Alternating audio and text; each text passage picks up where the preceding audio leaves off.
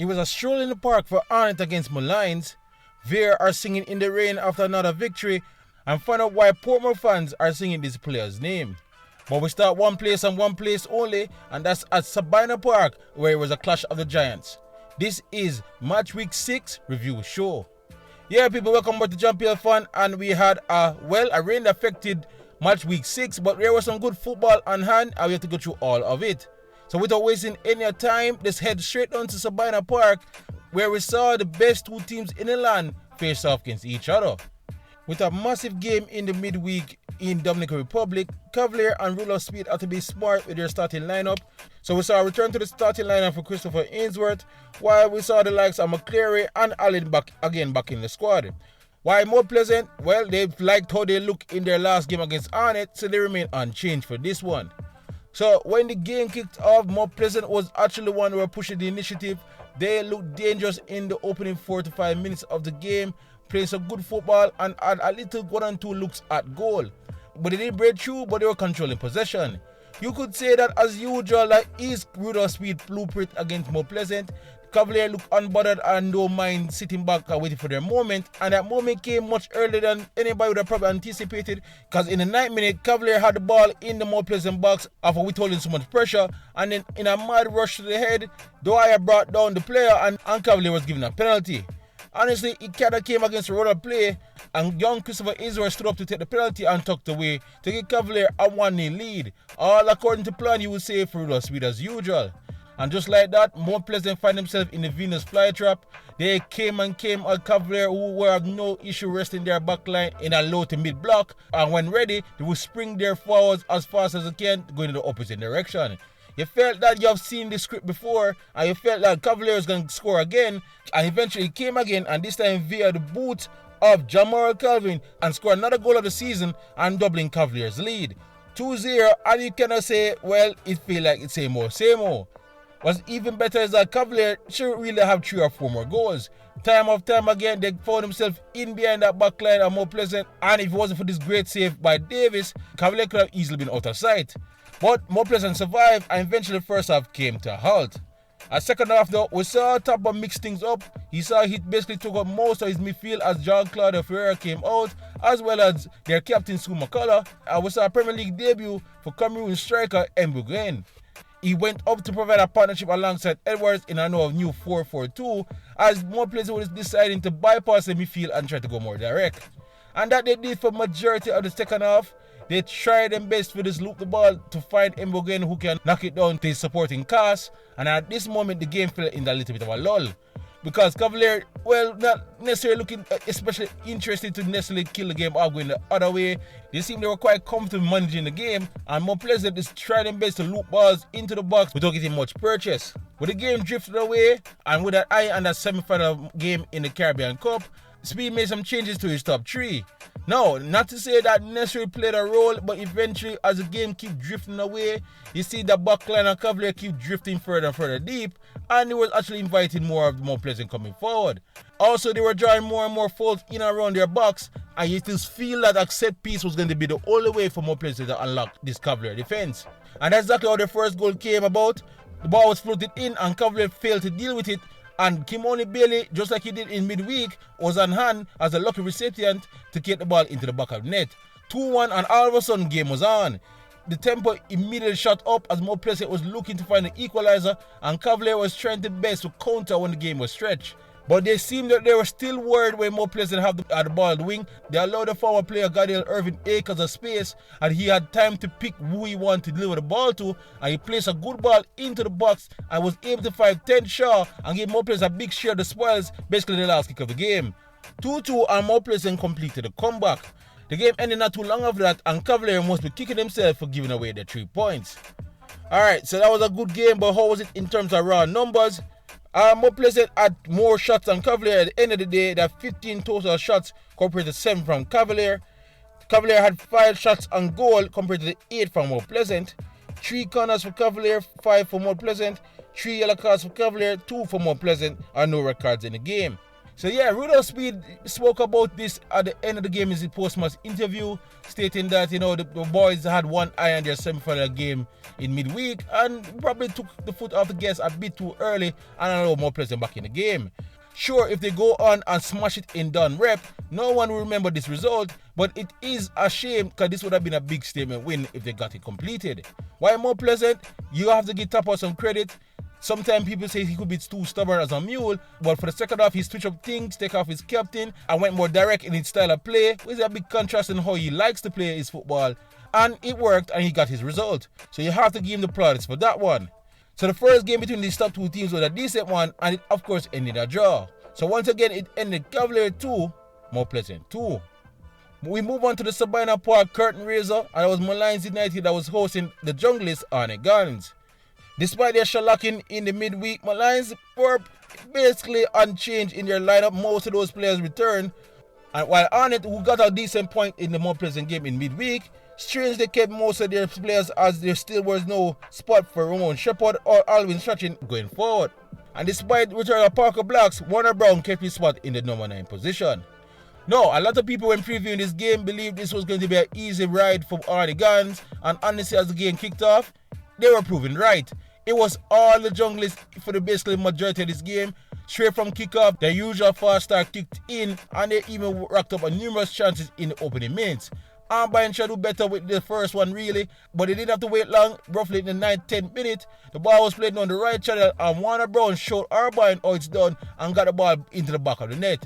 1-0, and it was no surprise really based on how the start went. Molynes didn't really retaliate really as Arnett came back again in droves looking for that second, and eventually some smooth team build-up play eventually gave him that second off a back heel here to Warner Brown, who looked across his 6-yard box and found Arnett to give him another chance at it, and this time he tucked away for another goal of the season, and Arnett was basically out of sight at this moment. 2-0.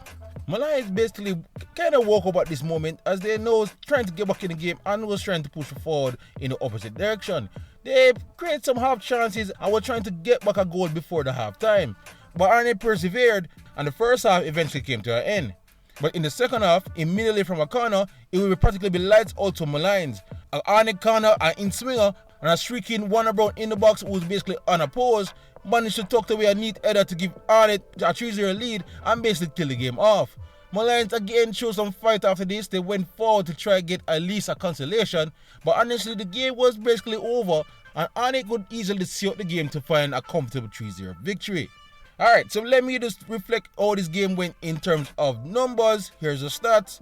So Molynes did have their moments where they're going attacking. They had 16 total shots, but of course they left space in the back, which gave Arnett 20 shots in return. Molynes did test white in goals on some occasions. They had 6 goals on target compared to 8 from Arnett Gardens. 1 corner from Molynes, 2 for Arnett, and of course they killed the game off from one of those, and only 1 yellow card in the game went to Molynes United. So yeah, just as predicted, honestly, Molynes showed some fight in terms of attacking, but that defense still needs some work. While they should do wonders for Arnett confidence, after them, I've not seen the best of results lately, and ease the pressure off Xavier Gilbert. So anyway, once again, it finished Molynes 0, Arnett Gardens 3. So from Sabina Park to Fernandita, we are in Portmore for Portmore United hosting Chapeltown Maroons. So of course Portmore United were on a 3-game winning streak and seeing that it could not be stopped, while Chapeltown did well in the midweek and was hoping to get a positive result out of this one. In terms of the lineup, Jimenez was back in action for Portmore, Javier Brown started in the middle alongside Guthrie, and it will be the youngsters up front once more, Tej Bryan and Junior Grizel. Chapeltown Maroons on the other hand saw that there's a change in goal as Prince Daniel Smith takes over from Vere, and Giovanni as usual is in the middle and takes the captain armband in place of suspended Howe, and Leon Williams once again deputized as the striker in front of Ellis. So when this game kicked off, Chapeltown honestly settled a lot faster than Portmore. They got into their usual passing groove, and Demar Deacon, who is of course on superb form, was looking the brightest up front. But they didn't really test the goalkeeper of Portmore, and eventually Portmore found their footing, and that normally means Guthrie is now going to take over, and that he did. He was now stringing all the players in midfield and was finding the feet regularly Pinnock and Jimenez on both flanks, which was causing some danger to the Chapeltown defense. Chapeltown was holding up as much as they can, but it seemed there was a clear directive by Portmore's coach Austin to overload the right side of Chapeltown defence, where Austin was normally left on an island, and from this ball that was floated into the back post, and where you can see 3 blue shirts there waiting, Austin had to fight them off on his own and eventually brought down the player.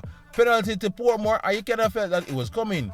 No, when Gucci stood up to take this shot, you felt like that it was going to be an easy 1-0 lead. But I couldn't explain what happened next. He managed to kick the ball far past the right post, and the ball went out safely for a goal kick. Chapeltown narrowly escaping there. But honestly, it never changed the narrative. Pinnock was having a wonderful game, and he again was leading the charge against our isolated Austin there on the left side. And when Vere Brown came to help him, he managed to float one ball into the 6-yard box and found Junior Grizel to give the youngster another goal for Portmore. 1-0, and he felt it was deserved. Chapeltown did try to fight back after this, but they didn't create no clear-cut chances, and they were now leaving space behind as they looked to try to get the equalizer before the end of the half, which led to another chance for Portmore, but this time Chapeltown survived. So that was basically the first half, and it was all at Portmore. Things didn't change much in the first part of the second half. Portmore was now coming in droves, and through the likes of Ziminis and Pinnock again on the wing, they were having it all their own way. Again, Gucci was spectacular in the midfield, and they were trying their best to probe and get that second. But they had to wait for a corner on a sweeping counter to get it done, with most of Chapeltown defenders out of position. Ted Ryan was able to float the ball to the right wing, and Jeff was able to do exactly what he did in the first half, and Peter Junior Grizel in that 6-yard box was able to tuck away for his second as well as Portmore's second. 2-0, and he almost felt like the game was already over. Portmore was not done. They were trying their best to get their third, and they were even now enjoying themselves as a lot of the party tricks were coming out, including a Rabona from Vere Brown and this nice volley from Guthrie.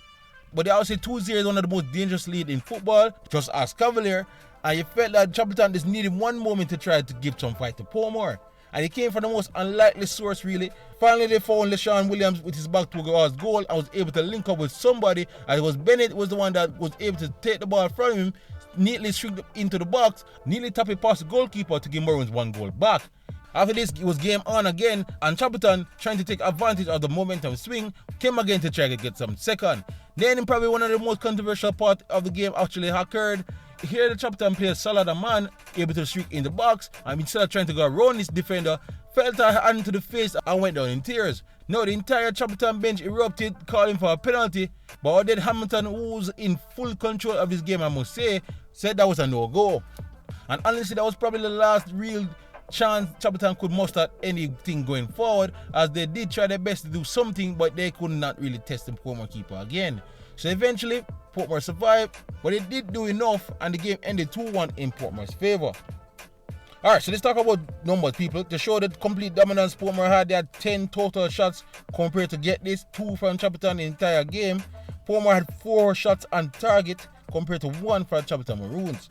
6 corners for Portmore, 3 to Chapeltown, 1 yellow card to Portmore, 2 to Chapeltown Maroons, and no red cards. Well, except for the Chapeltown physio, who somehow got a red card from Arnett Hamilton.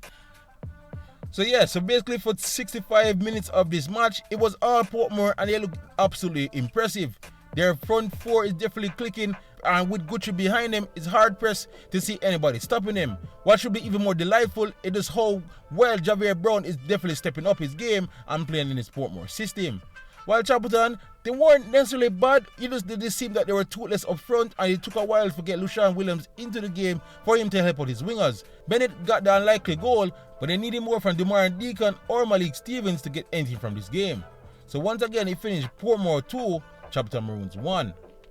From the Sunshine City to very rainy Clarendon we go, as Vere Phoenix United was at home to Dunbeholden. It's hard to predict Vere's starting lineup nowadays. Of course, they're mixing their team with what's going on over in Mona. But Shakir Adair was back between the pipes in goal. Kyle Butler kept his space despite playing 90 minutes in midweek, and they anyway and get another chance to score another banger. Of course, Dunbeholden is under new management, and it seemed that Damien Hyatt is still out injured, as Romain Hamilton is the goalkeeper in between the pipes. I will also saw the likes of youngster Leah Campbell into the team, as well as the first appearance of Malachi Douglas all season long. Now, Dunbeholden, of course, sits at the basement of the table, and they definitely need some points from somewhere. They must be looking at this opponent knowing that they are lost 2 in a row as the best chance to get something out of the game. And how the game started, it seemed that they really believed that was true. Dunbeholden definitely came with the most more of the aggressor and was trying to get something out of the game very early. While their build-up play never really mustered much, they definitely looked more threatening from set pieces. But Vere and Arnett did enough to basically repel them. But the Fates honestly never looked that sharp going forward in the opposite direction, as while they had 1 and 2 build-up players, it didn't necessarily muster to anything too threatening. It just seemed it was going to be all Dunbeholden in this first half, but Vere got the opportunity to set piece, and with Kyle Butler standing behind it, anything is possible. He delivered a delightful ball into the box where he had to wait and see how his players and defenders was going to handle it, and Alex Gale managed to get one nod past him to give Vere an unlikely lead in the 20th minute. Dunbeholden, to the credit though, went straight attacking in retaliation and basically controlled the rest of that first half. It was waves and waves of attack coming at Vere, but Dunbeholden never really mustered anything too threatening. And that's how the first half ended, with Vere leading 1-0 at the break. Second half was basically we mirror a bit of the first half. Dunbeholden came out swinging again some decent bit of play, but they honestly couldn't get nothing really on target. At this point, Vere looked even less interested in countering and was looking to keep a good shape and repel Dunbeholden as much as they can. Roughly by the 70th minute, the heavens opened and the rain came in and the field gave even more choppy, and this was hurting Dunbeholden play as they were trying to get something going forward. Though they did get some decent chances in behind that Vere back line, but thanks to some brave goalkeeping by Adair again, who was waiting out in box on 2 occasions, he was able to stop Dunbeholden from getting one back. Then super sub Romare Thomas came into the game. The game, of course, was being stretched at this moment as Dunbeholden was getting more and more desperate, so a lot of space was left behind for Thomas to do his thing. And that he did in 87 minutes. We got in free and goal and tucked away and gave Vere what should have been the winner 2-0 late in the game. He should have doubled his tally not too long after. Again, he was in behind, 1-on-1 with the keeper. His indecisiveness sees him balloons the ball over the bar. But not to worry, he will eventually get that second goal. Again, with all that space in behind Dunbeholden as they chased to get something out of the game, he was able to coolly slot his own to give Vere their third and of course all 3 points. And that's how basically how the game ended. Vere wasn't really spectacular, but all that matters is the result, and that's what they got. Okay, here's the stats for this game. Vere had 12 total shots compared to Dunbeholden's 7. Vere had 5 shots on target compared to Dunbeholden's 2. 1 corner for Vere, 6 for Dunbeholden, 4 yellow cards for Vere, 2 for Dunbeholden, and of course no red cards. So yeah, I feel Dunbeholden is in massive trouble. Thomas seemed to be definitely trying to get something going in the attack, but it is not working. But they will come home next week and they must look at that game as a must win. While Vere still have some issues to work out, not playing fluid football, but the youngsters are doing enough to stay in the game, and if they can just keep it going and reinforce in January, they might end up in top 6, maybe. But they didn't necessarily look good here, but 3 points is all that matters. And once again, it finished Vere 3, Dunbeholden 0. Alright, we're staying in Clarendon for Molynes Montego Bay United. Molynes started lineup, of course, without Andrew Clennon up front, so they saw German Christian back in the squad to partner Cameron Bushy Beckford. I will get another look on talented player Clara Clark. While Montego Bay are in cloud 9 after a good win in midweek, basically saw their starting lineup almost unchanged as they went ultra attacking as Brian Brown joined Chanel Thomas and Owen Gunn in attack. But to be honest, this was an ugly game played on an ugly pitch in ugly conditions. This is not a knock on the players. They did definitely try their best to provide and draw up some form of football for their fans and the viewing public, but in doing that, they basically cancelled each other for the majority of the game. Montego Bay has expected a majority of the possession at kickoff, but eventually the first kick in anger came from Molynes, who tested Inel in the Mobay goal. But they went back and forth at each other with large of the game stuck in midfield. A lot of it have to do with the waterlogged field and half course holds the ball in the water, but on each side couldn't get anything flowing. Of course, it did not help that they had to come off in the second half because of lightning strikes, that which delayed the second half somewhat before the players eventually came back out on the pitch and trying to entertain the fans as much as they can. But despite the honest effort by both teams, neither could find the breakthrough, and eventually it played out into a stalemate. So not much report on honestly, but let's go straight to the stats. Alright, so Molynes had 8 total shots in the entire game, while Montego Bay had 15 in total, but majority of those were coming from outside the box, to be honest. Molynes had 2 on target, but Mobe was definitely getting theirs on target when they had 9 in return.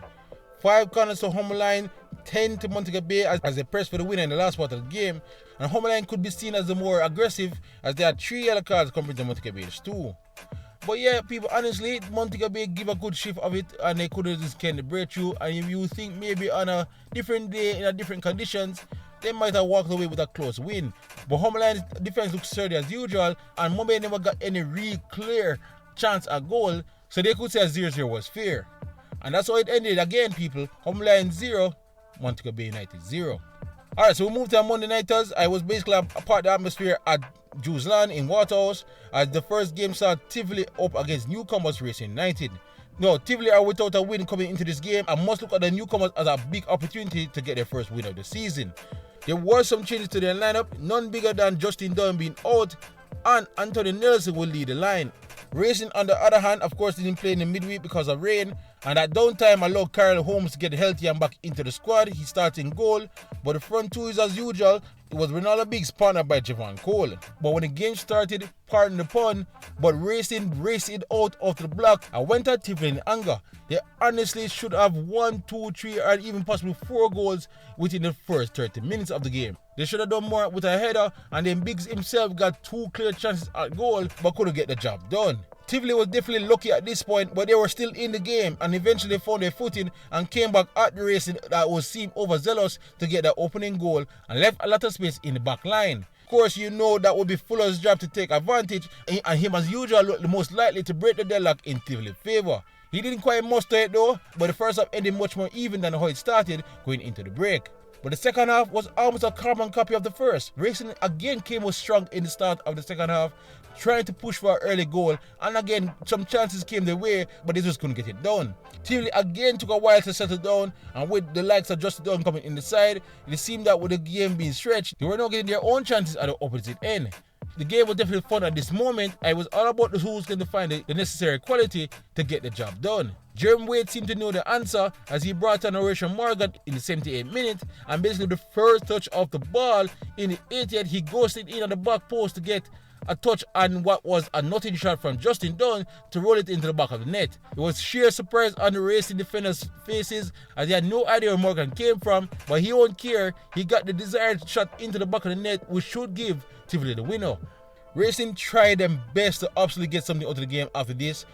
They gambled with numbers going forward, but they never quite pulled it off as Tivoli did just enough to see out Racing and get a crucial first win of the season. Alright, let's look at the stats, and sometimes stats can be misleading as we often say. Tivoli actually had 19 total shots in comparison to 8 from Racing. As I said to you, after that great start by Racing, Tivoli definitely took over and looked the more threatening behind Fuller. 3 on target by Tivoli compared to 3 on target by Racing. 5 corners by Tivoli compared to 4 by Racing. 2 yellow cards for Tivoli compared to 1 by Racing, and no red cards of course. So yeah people, Tivoli never quite exactly clicked in that final third as we saw last season, but they had enough grit and perseverance to dig out a victory here, and Jerome Wade should be delighted and seemed like the smartest man on earth when he brought on Morgan to find the winner. While Racing, again, they play some good football. In fact, they're playing great football, but the results are just not coming at the moment, and you'll find that as a newcomer in the league, sometimes this happens, and they just have to believe the points will eventually come. But it didn't come tonight as it ended Tivoli 1, Racing United 0. Alright, so our final game of the round, and it was Waterhouse, as it was Waterhouse hosting their first Monday nighter of the season against the Stars of the East, Harbour View. Now the lineups for Waterhouse saw Foster back in goal, but honestly everything else seemed intact as there was no major changes to their squad. While Harbour could say the same as well, and will look to Aquasa Strong and Rowan Brown up front to get them the goals. Now, when the game started off, Harbour played like as if they were the home team, they were the better team coming forward, and they were definitely asking questions of the Waterhouse back line. But Waterhouse could argue that they didn't get any real clear look at goal and did enough to protect Kemar Foster back there and went and decided to now find a feet going forward. Shamar Booth was having a decent game, but his midfielder partner, the creative Denard Thomas, didn't exactly seem that he was on his A game. The game at this point was really short and quality in the final third, as it seemed that both teams was cancelling out each other in the middle of the park, and some excellent defending in both boxes. But I felt like behind the likes of Leonard Jefferson that Waterhouse was starting to edge the run of play, but they were coming against an inspired Harbour defense led by the excellent performance of Talbot. It seemed that anytime Waterhouse managed to create something, Talbot led the Harbour defense into putting their bodies on the line and was managing to block out anything coming forward. Harbour was definitely waiting for the right moment to strike on a counter, and they even got a big lucky chance here when there was some mix-up by Wilkes in the Waterhouse defense. Sardemar was in on goal, but he was a bit too unselfish and trying to find the speedy David Reed, who, got the ball a bit behind him but trying to compose himself to swift and turn. I was looking on target, but again, an outstanding save by Wilkes himself, got a touch on the ball and sent it over the bar. So it was no surprise that the first half ended 0-0. Second half, those Waterhouse controlling proceedings once more, and they were just trying their best to try to get something forward once again. As I said to you, Jefferson was having himself a good night. Harbour was attacking, and thanks to decisive play by Foster to get the ball cleared, Jefferson was able to now run onto that and was managed to get a toe past Akima Jones to now streaking down on the left hand side before picking up Bygrave in the middle of the park, who had a very quiet night up to this point, who got the ball down and composed himself before getting a good left foot shot on goal and gave Firehouse a big goal in the 53rd minute. From there, it never seemed like Harbour was really going to come back in the game. Of course, they made some changes and brought on Andrew Fagan to try muster something in the opposite direction. And they huff and puff, but they never necessarily challenged Foster in that goal. And if anything, Waterhouse should even wrap things up on a decent counter where Andre Fletcher was on at this moment, found himself in and goal in the box and got his shot off, but it was never enough to get past the goalkeeper. And Hamilton could consider himself unlucky. He wasn't able to tuck away the rebound into the back of the net. But Firehouse eventually will celebrate that Bygrave goal was just enough to get it over the line and eked out another victory in Jewsland. Alright, so to show you how this game went in terms of the stats. It was pretty even throughout the majority of it, honestly, and these numbers reflect it. Waterhouse had 10 total shots compared to 11 by Harbour. Waterhouse also had 3 shots on target compared to 4 on target by Harbour. 4 corners by Waterhouse, 8 from Harbour. 1 yellow card to Waterhouse and 2 by Harbour in the game. No red cards, of course. No, I must give Harbour some credit. They definitely look much more of a competitive team compared to the one they trotted out last season, but they have to sort out that creativity going forward and trying to get more goals out of this team. While Waterhouse, on the other hand, doing enough to get the results. Bygrave is not the type of striker that will take over the game by himself, but so far this season, once he's in the right positions, he's definitely coming in clutch. But that's exactly what Marcel Gale would want, that his teammates find him more often in the box so he can get those deadly strikes off.